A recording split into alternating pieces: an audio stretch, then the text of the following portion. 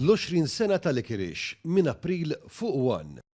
F'sena twettqu 20% tal-Istrateġija Nazzjonali dwar l-ugwaljanza u l-mainstreaming. Dan tħabbar mis-Segretarju Parlamentari għar-Riformi u l-Ugwaljanza Rebecca Buttigieg waqt konferenza organizzata mid-Direttorat ta' Drittijiet tal-Bniedem li hu responsabbli mit-twettiq tal-istess strateġija mifruxa fuq perjodu ta' 5 snin. Buttigieg tenniet li l-Gvern hu impenjat li jdaħħal fis-seħħ id-direttiva l-ġdida tal-Unjoni Ewropea li tobbliga lil kumpaniji ewlenin ikollhom rappreżentanza ġusta tan-nisa fil-bordijiet tagħhom.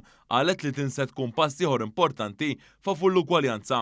Dwar is-sem tal-mara fil-politika, is-Segretarju Parlamentari qalet li din il-leġislatura għandha rekord ta' kważi 28% ta' deputati nisa b'riżultat tal-mekkaniżmu korrettiv li ntuża għall-ewwel darba fl-aħħar elezzjoni ġenerali.